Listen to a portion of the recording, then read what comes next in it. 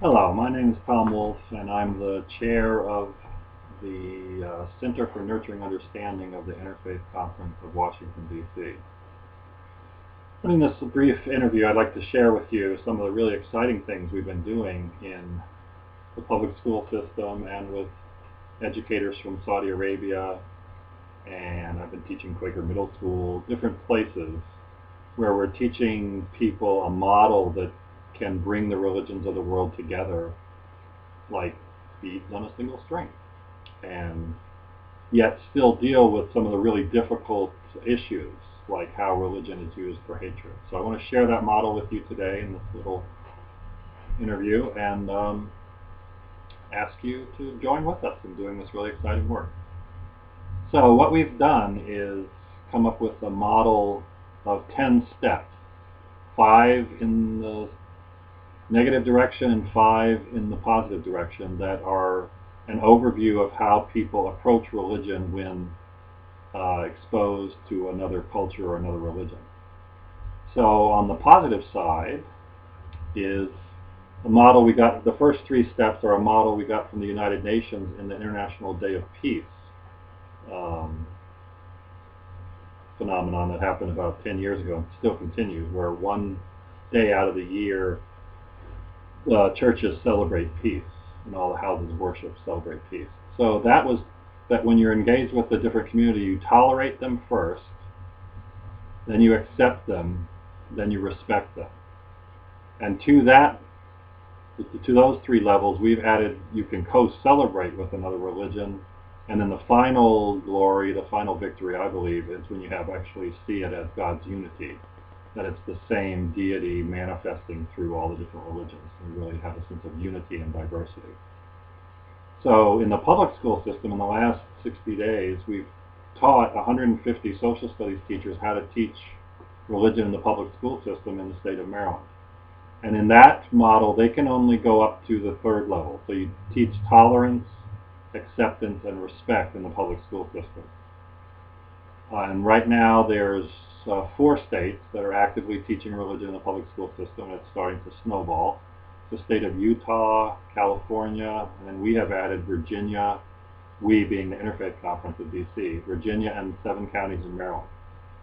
So that's the positive side. Now on the negative side, we've done some really interesting work where we've met twice with a delegation of educators from Saudi Arabia and tried to convince them not to teach hatred in their textbooks. Let me start with where the model began. The model began with this book, which is Martin Luther's sort of final work on, it's called On the Jews and Their Lies, which he wrote in 1543, 2 years before he died. And sort of this type of religious hatred is sort of what made us start thinking about how can we analyze this and do something about it. And in 1543, Martin Luther suggested first to set fire to Jewish synagogues and schools, secondly to burn down all the Jewish people's houses, that they be razed and destroyed, third that all the prayer books and Talmudic writings be destroyed, fourth that rabbis be forbidden to teach, fifth that they be not given safe conduct on the highways, and sixth that all their money be taken away from them. And what I say when I'm teaching the social studies teachers, just an idea of the import of this, is if you take 1543, where that idea was planted as a theology, and add 400 years to it, you come up with 1943, where Nazis actually tried to do those things. So that was the first place we got the model from. Then the second place was hatred of Islam. This is Terry Jones's book, Islam is of the Devil, and he even has a nice little mug here that says Islam is of the Devil. And he, as well, Martin Luther goes through all 5 steps. So the negative steps are to insult the prophet of the religion and the people, to blame the entire religion for the acts of a few, to call them liars, to call them inhuman, and then finally to say they're under the influence of Satan. And Martin Luther goes through all 5 of those steps in his On the Jews and Their Lies. And then Terry Jones goes through all 5 of those steps, though he does not call Muslims inhuman. Okay, and then finally, what really sort of galvanized this work was this document, which is the Hudson Institute report there in D.C. in 2008, which analyzes the textbooks in the Saudi Arabian school system. And the Saudis, particularly in reference to the Jews, go through all 5 levels of hatred. First, they insult the Jewish religion and its prophets. Then they blame the entire religion for political acts of a few, or criminal acts of a few. The lie attributed to the Jewish religion are that they've fallen away from the eternal religion of Allah.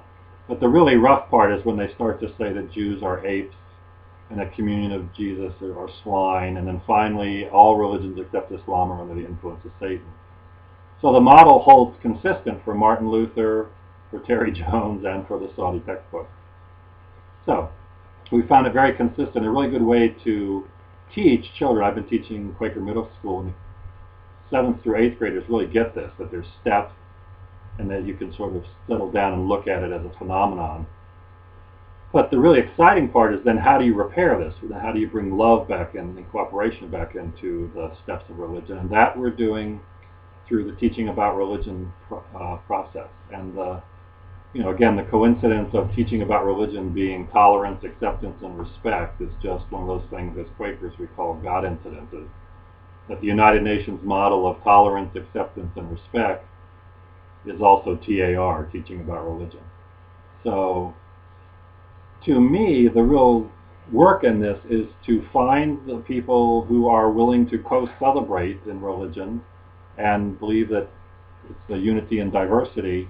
And those people, I think we need to help other people move along to respect and then co-celebration and again unity. So I'm really excited about this work, and we've set up an email address to keep in touch with people who want to do that, which is tarlessonplans@gmail.com. And we have now almost 100 social studies teachers just from Maryland alone who want to do this work. And I believe it's really something that could snowball. Yeah. So one of the really funny moments with the Saudis was we said it was snowballing, and this is all through State Department translators. And they, quickly conversed in Arabic, and they could not get what snowballing meant. It was one of the really funny moments. But I wanted to end with a quote from the Quran, which is sort of, and the Saudis really resonated with this, which is a really good statement of unity, which is all mankind were once, this is Surah Al-Baqarah, the cow, the 2nd surah in the Quran, the 13th verse. All mankind were once one single community until they began to differ. Whereupon God raised up the prophets as heralds of glad tidings and as warners, and through them bestowed revelation from on high, setting forth the truth, that it might decide between people with regard to all on which they had come to hold divergent views. So that's a good statement from the Quran about unity and diversity, and I believe that it's one of the most exciting works on the planet right now, so I would encourage you all to join us.